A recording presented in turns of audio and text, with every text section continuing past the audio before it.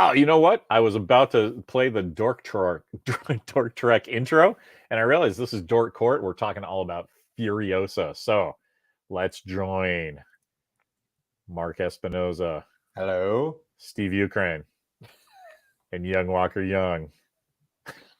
We went to Furiosa last night, guys. How did you like it? I thought it was excellent. Okay, good. Okay. I guess that's too general a way. Let's start out. What's your experience, Mark, with the Mad Max movies? Are you just like a fan of the world? Would you? Okay, that's a very interesting question. Would you consider Fury Road and the Road Warrior Thunderdome all the same universe, or are they adjacent universes? Huh. I just ready? I'm gonna answer for you. Yeah. It's all the same. Yeah. Okay.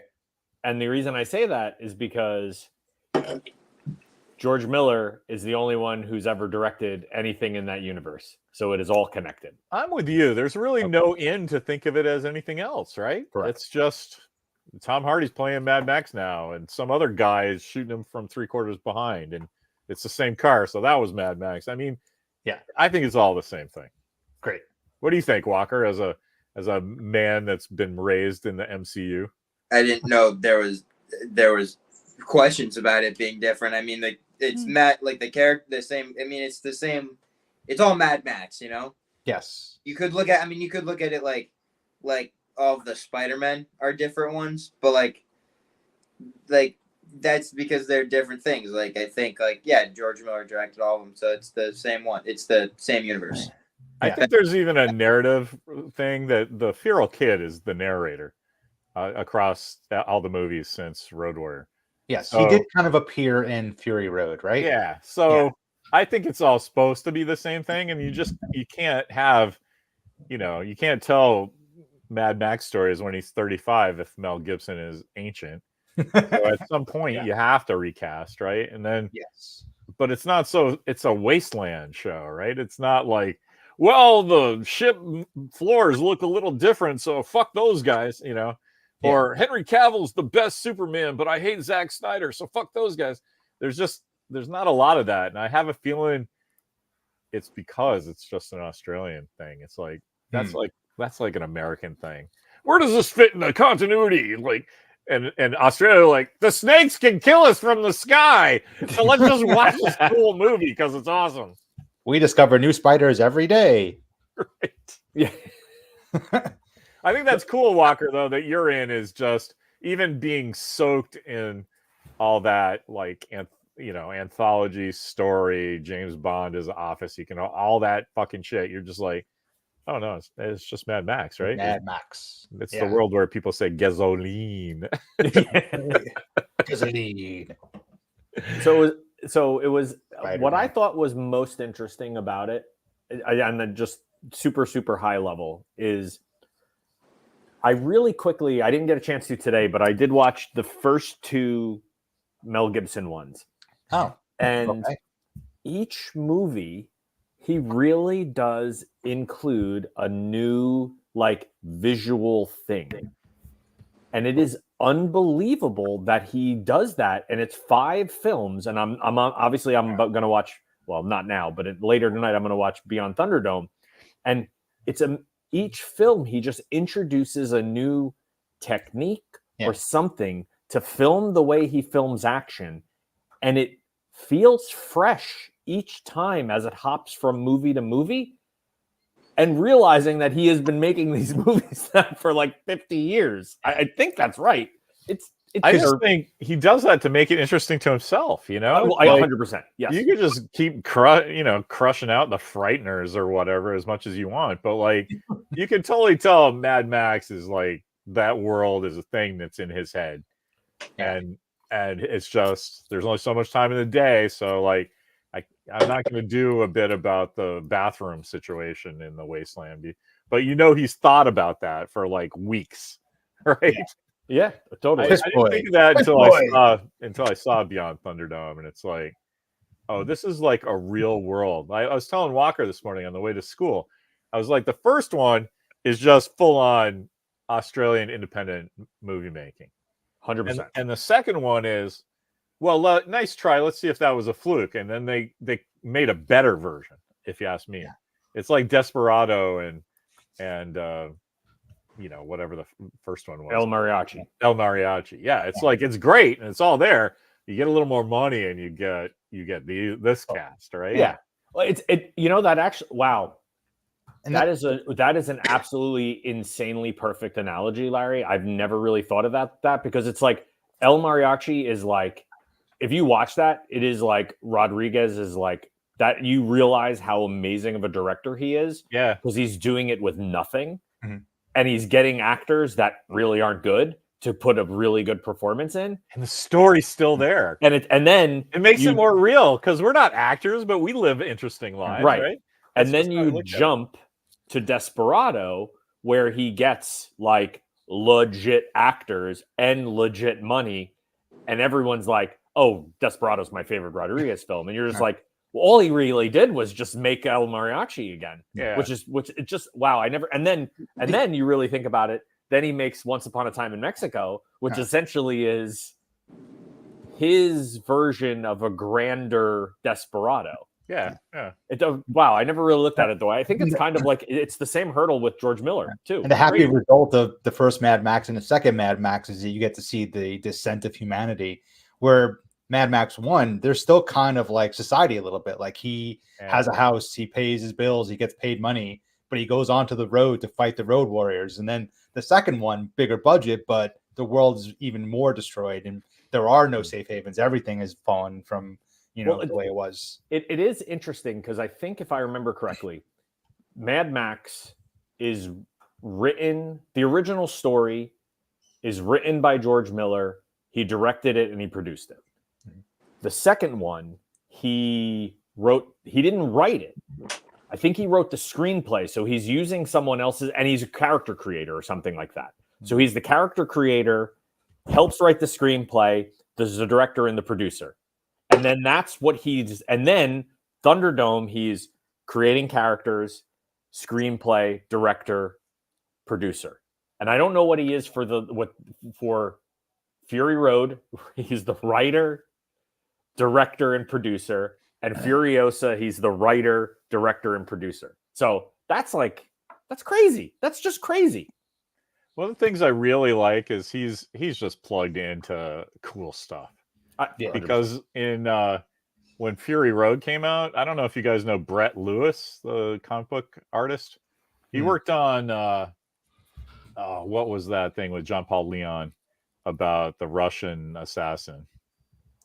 It's not Winter Soldier, but it's something like that. It's like Russian. It's really famous. But anyway, he's got a really kind of cartoon. What's that? The Winter Men? Yes, Winter Men. Yeah. Thank you. But he's got a really interesting style in that it's like cartoons. I don't know if you guys know that mag from the 70s, but it was just like a thing about if you liked cars and illustrations, guys would just draw insane cars and people would buy it in a magazine. Anyway, he would just all those cars that they did, you get the feeling that it's like some guy in the motor shop and goes, oh, well, we have an Audi and we have a Volkswagen and we have another Volkswagen. Let's make a, some big truck or something, and they just bang it all together. But it turns out he hired Brett Lewis to do that. And so he just generated like hundreds of funky car things. And and George Miller's like, no, that one's awesome. That one's great. Yep. So the thing with the guy playing the guitar with the flame shooting out, he was just tired of like trying to come up with something. So he's like, here's one for me. And George Miller lost his mind. He's like, yes, that's what I wanted this whole time. That's awesome. So yeah, he has a real comic book sensibility when he composes his shots and lighting and stuff. So that cool stuff where he does like super cool push-ins on characters' faces while dreamy shit happens around them. I'm like, yeah, man, give me all of that. Well, it was awesome. We're doing real good, not spoiling it for everyone. Yeah, I was gonna say, was it as good as Fury Road? No, because I think Fury Road just brought Mad Max back to prominence and like a level that was not expected again. Like no one expected George Miller to make a movie that amazing. That's almost a perfect movie, my opinion. I could be wrong. Nobody arguing with you here. Yeah. And I really liked Furiosa, but I also I had a conversation with a coworker today about it because I was telling him he had to go see it, and the one piece of advice I said is George Miller has this amazing ability to make a movie, and it's about a character, and he created another character over here that you're like, oh, I want that movie about that person. And it's really like he made Fury Road. It's a Mad Max movie, but introduced Furiosa. So now Furiosa made a movie, and then he made a movie about Furiosa, and he created another character over here that I kind of want to see a movie about that, which we kind of indirectly did. And I'm not spoiling, but potentially like two other characters. Which character? Well, I like Dementis. Like I kind of wanted. I wanted. I mean, you can tell people like about it. You just don't. Yeah. So Yeah, Dementis is the Chris Hemsworth character, but I don't know if I need to see another one. But boy, I loved him. Yeah, we were talking about it after the trailers came out. You and me, Steve. Yeah, because we love that stupid Australian thing. Like my favorite show that's not American is Danger 5, and it's just something about that Australian sense of humor, and just not even really sense of humor, just a worldview is inherently kind of off. Yeah, because man, you going to school and Dingo ate my baby. I mean, that's going it's like a cartoon world, where nobody's talking about like, wow, the price of gas is a lot, isn't it? It's like, no, gasoline. I'll go kill a neighbor for some gasoline. And it all kind of makes sense. Walker, were you going to say something? No. Oh, okay. I mean, he's chilling in his old man rocking chair. I was thinking about like who's the Han Solo character that wrote Furiosa? Praetorian Jack. Praetorian Jack. Yeah.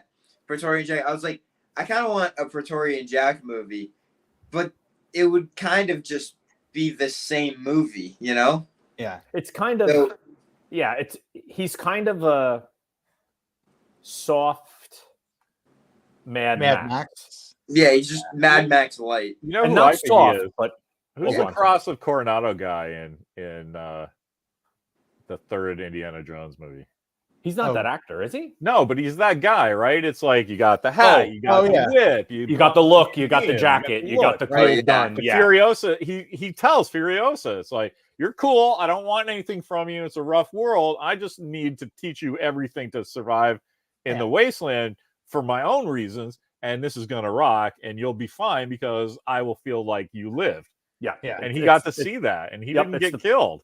So you're right. I'm with Walker. I'm like, give me that guy's story. What's he go do next? Right. It's the putting of the hat on River Phoenix It's cool because this guy wasn't in the trailers. I had no idea what was happening, and then he showed up, and I was like, "Who's this guy who's just going to be here for a second and disappeared?" Right. I thought he was getting killed in that scene.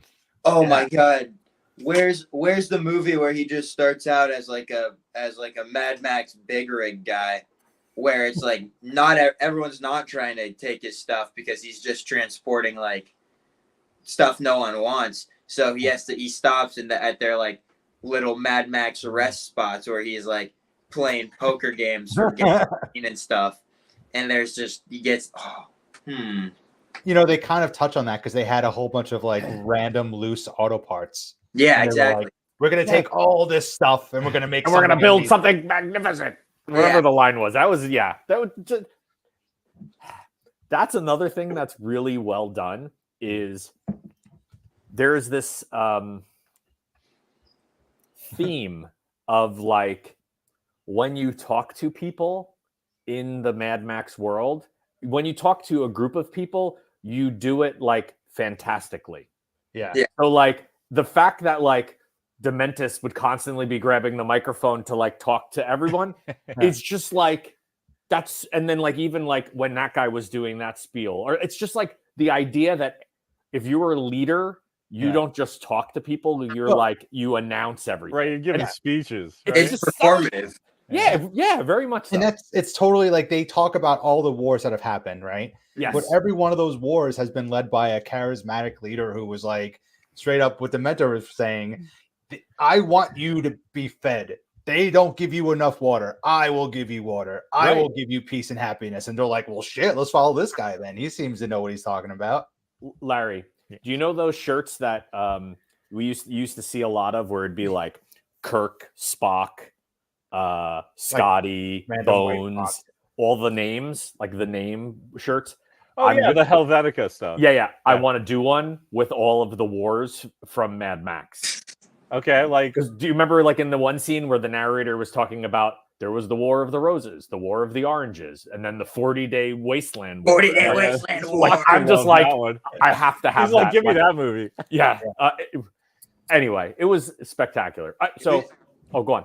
No, I was just gonna say, what are the guys with all of the white stuff on who go witness me? Oh, the War Boys? The War Boys. The War Boys. Show me like the War Boy who just goes through the 40-day Wasteland War, just like going from schmo to like badass, and then right at the end just dies an honorable death. See, this is where I think Dork. George Miller is even smarter than we give him credit for. I think he realizes that until his eyes close permanently, he is the owner of the films of Mad Max. Yeah. He will let other people do like a comic book, a video game, a this, a that, but he owns that vision. And I was talking about this again with someone else earlier today. It's kind of unusual for a director to own an IP for as long as he has and to keep it so close as long as he has. Yeah. And to not have another person come in and like make something with your property. Like you can't, like you really can't. Oh, go on. But He's like Warren Beatty if Warren Beatty actually made Dick Tracy movies. Dick Tracy movies, right? Yeah. But think about that, dude. You can go through and in your brain and look of almost all these super famous IPs that have been successful. Eventually, they give it to someone else. Like someone else makes it. Like think of like Terminator and Terminator 2. Like Cameron gave it away. Like that was the one we were talking about earlier. But I was like, that's kind of crazy to think about. Even Lucas with Star Wars. Anyway. Well, he sold it. Well, right. But Lucas just got sick of people like us going, "Hey, man, put Jackson in your movies." Yeah. He's like, no. He's a rabbit, dude. So am I See you, bitch. am I supposed to order this? Is this what I need to order? I'm just saying, we were talking about the War Boys and the silver paint, and so I just thought I'd throw that in there for people. Is that edible paint? Yeah, it's actually for cakes. Yeah. So they just spray it like you're supposed to think it's car paint, but it's not. It's a non-toxic edible. First off, cakes. I think I want it for like the beginning of Comic-Con. Right. Yeah. I just wanted to go. Yeah, we're open.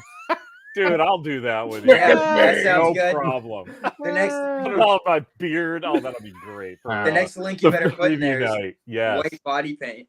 I'm doing Yeah. that. All right, so here's an interesting thing. So I went home last night and I spent 3 hours reading everything about like George Miller and all these things. Of So course there you did. Yeah. So there are 10 characters from Fury Road in Furiosa. Yeah, cool. How many do you remember? Are they counting like Furiosa? And Furiosa stuff like is one. Yes. that? All right. of course. Well, the younger brother is in it, right? Oh yeah, the Rictus. Rictus. Yep. Rictus, guy. yeah, not Scrotus. Rictus. And The he's organic in it. mechanic. Mad Max is in it. Mad Max, Organic Mechanic. I mean, Immortan Joe, Mechanic, that's pretty obvious. Yeah. That's all I got. Those 5. Oh, the leader of Guntown. The guy with all the Bullet bullets. Farmer. Yep, Bullet Farmer. And then the other brother with the nipples, he was in it also. People Eater. Is that what it's called? I The People loved Eater? watching The People credits Eater. with you guys because it was all stuff like that. It was like nipple bleeder, you know. There's a couple more. And then it would be like Mr. Yeah, Johnson. there's a couple more, and it's so the reason I'm bringing this up is there's 2 more that are Fury Road. It's kind of like the credits, post credits. Yeah. So I'll get it. So it's like one of them is obviously the Doof Warrior, the guy on the guitarist, yeah. because he's in that scene. He's actually in the 40-day Wasteland War. And then the 5 wives are in it at the very end. Oh yeah. Oh yeah, did we say Immortan Joe? Of course. And I said Immortan Joe. Yeah. Okay. But here's one. Ready? Yeah, the 5 Wives. That was cool. Do you know the girl she puts her head to, Charlize Theron?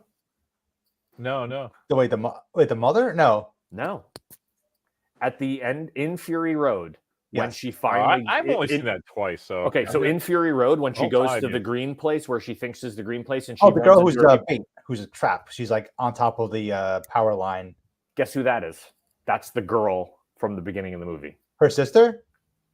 Oh, that's great. Holy crap. Oh, that's her sister. How about that? Did not pick that up until last night reading everything. Yeah. That's George Miller for you, though. Right? Like it's all a world in his head, man. She, kind of what Steve was talking about, is a character who's introduced for about 5 minutes. Yeah. Complete badass. Sniper takes out like 10 guys, gets run down by a truck at some point. Oh, the But- mom? Oh, I love how she went out. She's just like, all right, this is it. I'm going to have to start just hitting bitches with my empty gun. Yeah. And she Yeah. hit like 5 guys before they swarm her. I thought that was great. Anyway, spectacular. The amount of stuff that I was just reading about it, and that's generally the rabbit hole I end up going down, and it's just like, oh man, let me get out of this. That one time that Mark turned to us and was like, man, that movie was great. See you guys on the internet in 10 minutes. It's just never left my brain. Because that's what it is. It's like, yeah, I'd love to talk about this for another hour, but I have to do it in my pajamas in my bed. Yeah, You know? very true. I did like it though. It was great. It was Had a fun great. time. I mean, I can't speak more highly of it. Like I think, and I also think it's one of those movies you have to see I was reading a lot of reviews, and I was reading a lot of people saying how they felt like the sound editing wasn't as great as Fury Road. Huh.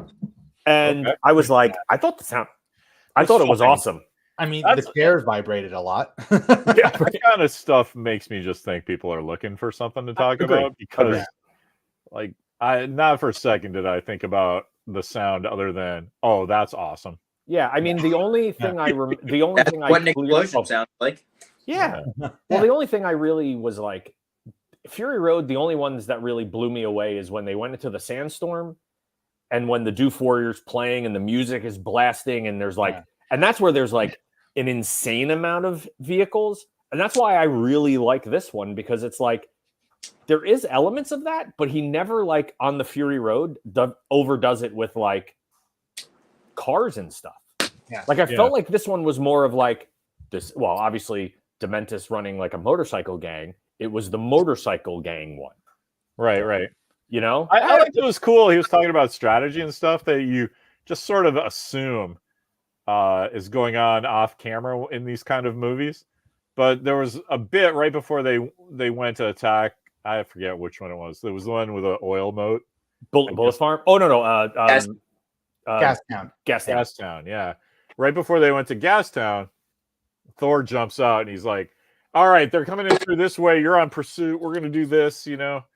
And I was like, oh, finally, somebody did one of those besides Captain America telling everybody what to do. Right. Well, and you know, it's funny because what is his name? Praetorian Jack? Yes. He did that. Oh, that's what it was. Yeah, it was him. But like, so somebody did that though in the narrative of a film, which I really appreciated. Yeah. It was like, yeah, that's right. He was telling Furiosa she was on pursuit, and she was like, They did a lot of good acting stuff, little actor bits of business that any other movie would have lines of dialogue. Yeah. But when Praetorian Jack says that, you're on pursuit, and she looks, and they cut to this car, and it's a piece of shit, and you don't have to go, oh, good luck, you're probably gonna die like any other movie would. Right. She just goes, all right, you know, I guess I'm on this thing. It was cool. Like there was a bunch of actors that knew what understood their assignment. You know what I mean? And I guess if you're driving a bunch of people 400 kilometers out in the middle of nowhere, Australia, to blow shit up, yeah, you're gonna get people that are paying attention. Yeah. Right. Yeah. The one thing I noticed in this movie that I hadn't noticed in any of the others is that people who were higher in the ranks of whatever situation they're in seem to be more put together than everyone else. Like when they're about to build the war rig, it's like Furiosa and all the guys with her, and they're like, "Oh, he's good. He doesn't talk, but he's like whatever. He's don't. Yeah, fucking he's a need genius him. with the V8s. Yeah. Yeah, but then as you get lower down the ranks, you get like old people in a hole just hoarding dead bodies. Right, taking maggots off of stuff and like, Yeah. no, let me do my job. Yeah, that was. I great. mean, I think my favorite line in the whole movie is when Furiosa is looking for the vehicle, and like she needs something to drive, and the guy pulls and I'm not even going to say the line because it's good for people. I don't want to. That's definitely something I don't want to spoil. But he pulls back the thing, and then he says that line. I've actually said that line like 3 times today. I'm like, no, you have to say it. I have. well, no it's like, idea. isn't it beautiful? And he's just like crying and like drooling, and it is, and it's not, but it's just, it is. Yeah. It's like it's got like 3 wheels, and the next shot is they've just like put like a piece of wood Right, on they jammed a back, peg. Yeah. and so it's like The weight. so Yeah, it, that like, was hilarious. evens out when it drives. oh, it's just like, isn't it beautiful? Like when he's like, isn't it beautiful? And it's just like, oh my god, it is. That's my dad joke. Whenever we're at Trader Joe's and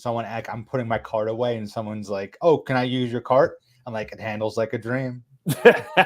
It's beautiful, isn't it beautiful?" Yeah. Like, I'll take another one. But it was, like I said, it was the introduction of all new things that we've definitely haven't seen before, like the introduction of some of the flying things that we haven't seen, which was kind of a nice callback to like Mad Max 2 with like the gyro captain. Yeah.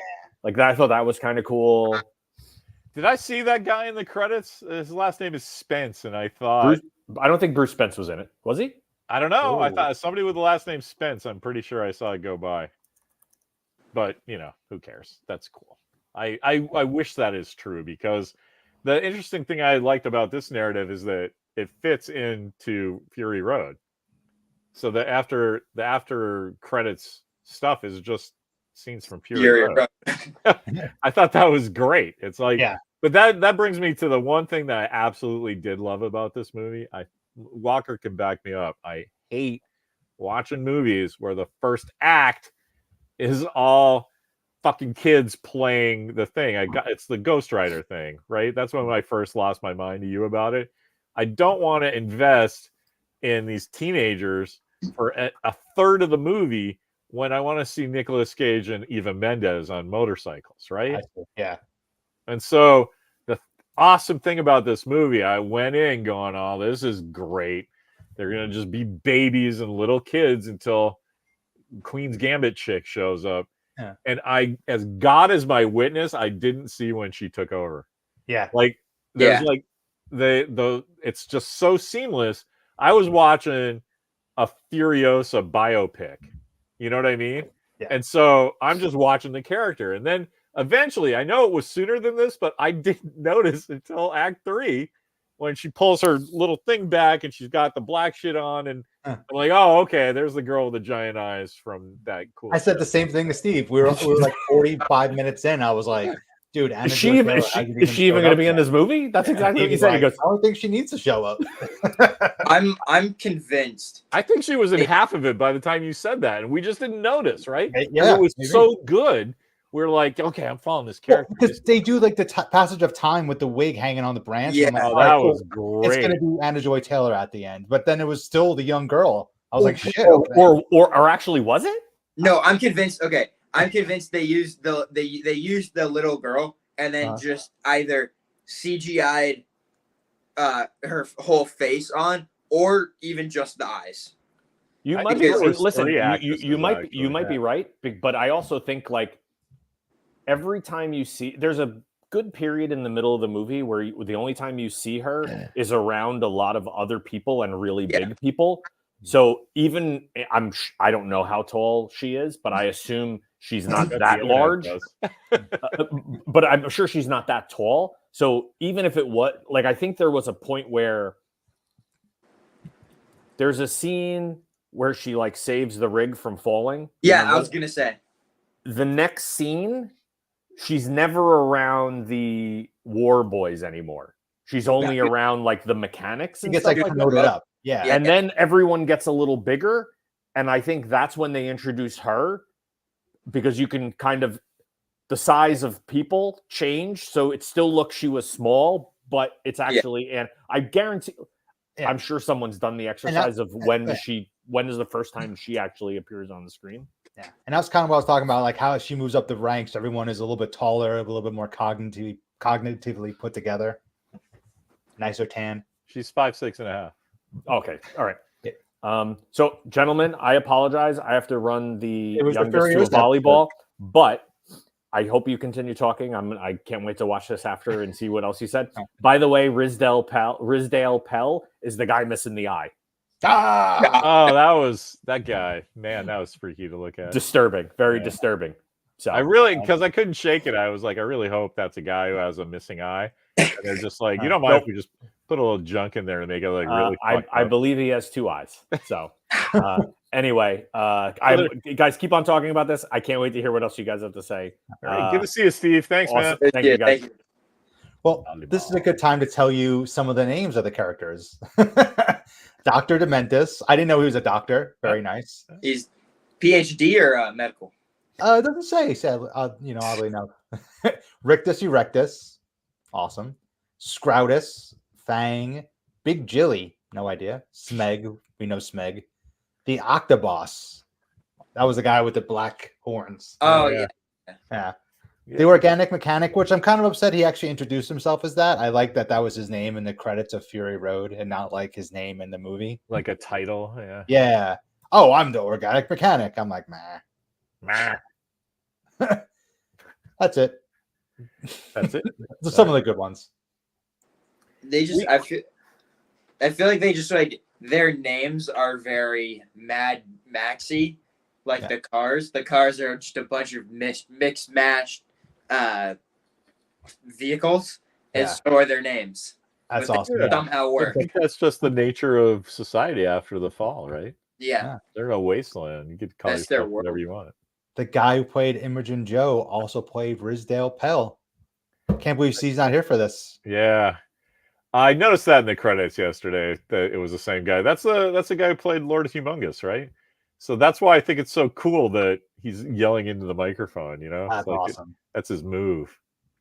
The thing is in Raiders and Road Warrior, it stands out, right? He's so big and he's like, just walk away, spare your lives. You know, you didn't really see that in movies much back then, and now it's like, that guy can play 3 characters. Yeah. He can Austin Powers it. All right, gents, what do you think? Good Friday wrap up? Yeah, I think we're gonna go back to what we were doing. I'm cleaning up. I'm waiting for this one guy to write an intro for this book I'm working on. Sounds like a real. Oh, wait, here I got the hat for that. Hold on. All right, there you go. Nice. You're not lazy. Nah, no. You got that mustache is looking good. Well, Steve cut his, so I had to feel like the scales have to be balanced. I do like to do this. That's getting there. If you want, I did for the first time in my life, I bought a little mustache wax. Yeah, you told us to balance out the it's this side goes like that, and that looks really cool. But this side kind of goes up. I'm a couple weeks away from there, but I'm probably gonna have to hit you up. I'm a Dapper Dan man. That's why. Oh, you did. That's what you said. Yeah. That's why I said that to you, though, man. I'll give you 3/4 of that and still not run out for the rest of my life. For a little thing like that, you're just not supposed to use that much. Yeah. Anyway, this was my Alameda find my Coke hat. We'll go back to Fridays. Friday afternoon. Walker's got the day off, and he's also got Monday off because of Memorial Day. Hell yeah, dude. I'm working Monday though. Yeah, what's up Monday? Film shoot. Oh, here we go. Right. Yeah, tell Mark you finished a screenplay today too.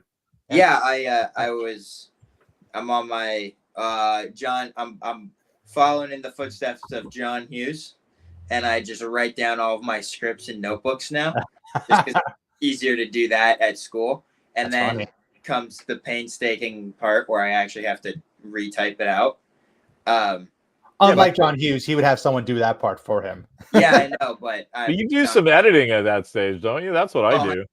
Because I always say I write 3 scripts. I write it out like by hand, and then I'll type it out, and I'll make some changes there, and then I'll reread that one and like mark it up with pen and stuff, just because they're probably typos or if there's stuff I really feel like I should add, and then that turns into the final script. So I have like